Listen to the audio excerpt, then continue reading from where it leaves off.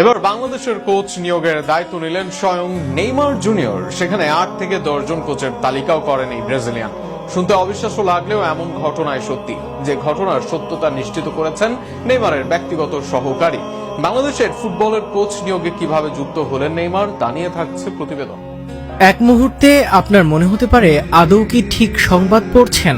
বাংলাদেশের ফুটবল আর নেইমারের আলাদা আর্টিকেল কি মিশে গিয়েছে একসাথে, নাকি এলোমেলো হয়ে গিয়েছে সব? বাস্তবিক অর্থে কিছুই হয়নি এলোমেলো। এবার বাংলাদেশ ফুটবলের সাথেই আসছেন নেইমার জুনিয়র।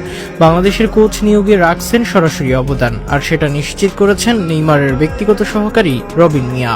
সাম্প্রতিক সময়ে চুক্তি শেষ হয়েছে বাংলাদেশের সাবেক কোচ হাভিয়ের কাবরেরার। নতুন করে কোচ নিয়োগ করতে যাচ্ছে বাংলাদেশ। এর মাঝে এসেছে অনেক সিভিও, আবার বাফুফেও আলাপ করেছে অনেকের সাথে, আর সেই কাজেই বাফুফেকে সাহায্য করেছেন নেইমার। নেইমারের এই সাহায্যের কথা স্বীকার করেন তার ব্যক্তিগত সহকারী রবিন মিয়া। নেইমারের সহকারী রবিন মিয়া বাংলাদেশী, যিনি নিয়মিত যুক্ত থাকেন দেশের ফুটবলেও। সেই রবিন মিয়াকে সাম্প্রতিক সময়ে এক ভিডিওতে জিজ্ঞাসা করা হয় কোচ নিয়োগে সে কোনো সাহায্য করতে পারবে কিনা। জবাবে রবিন বলেন নিজের কার্যক্রমের কথা। সেখানে তার বস নেইমার জুনিয়রের কাছে নিয়ে সাহায্য চান রবিন। এই ব্যাপারে আন্তরিকতা দেখান নেইমার এবং 8 থেকে 10 জনের নামও বলেন তিনি। শুধু নামই বলেন না, তাদের যোগাযোগের উপায়ও বাতলে দেন নেইমার। বাংলাদেশের কোচ নিয়োগের জন্য নেইমারের পছন্দের কোচদের কল করার নাম্বারও দিয়ে দেন রবিন মিয়াকে।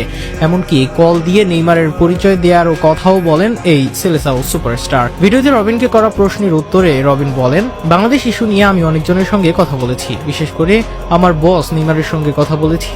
আমার দেশের জন্য একটি কোচ দাও, কি হলে ভালো হয়। একসঙ্গে তিনি আমাকে 8-10 জন কোচের পরামর্শ দিয়েছেন। শুধু পরামর্শই নয়, তাদের সঙ্গে যোগাযোগ করার উপায়ও বাতলে দিয়েছেন নেইমার।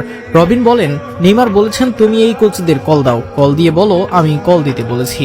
তবে রবিনের ভাষ্য, এসব কিছুই নির্ভর করছে বাফুফের সদিচ্ছার উপর। বাফুফে যদি কোচ নিয়োগের বিষয়ে তার সঙ্গে যোগাযোগ করেন, তাহলে তিনি নেইমারের নেটওয়ার্ক কাজে লাগিয়ে বাফুফেকে সহযোগিতা করবেন। আর এমন সুযোগ এবার কাজে লাগানো উচিত ফুটবল ফেডারেশনের, কেননা নেইমারের হাত ধরে আনা সম্ভব হাই প্রোফাইল কোচ, যা বদলে দিবে দেশের ফুটবলের চিত্র। আবার আগামী দিনে নেইমারের সাথে বাফুফের সম্পর্কও হবে দারুণ, যা স্পন্সর সহ অনেক কিছুতেই রাখতে পারে বড় ভূমিকা।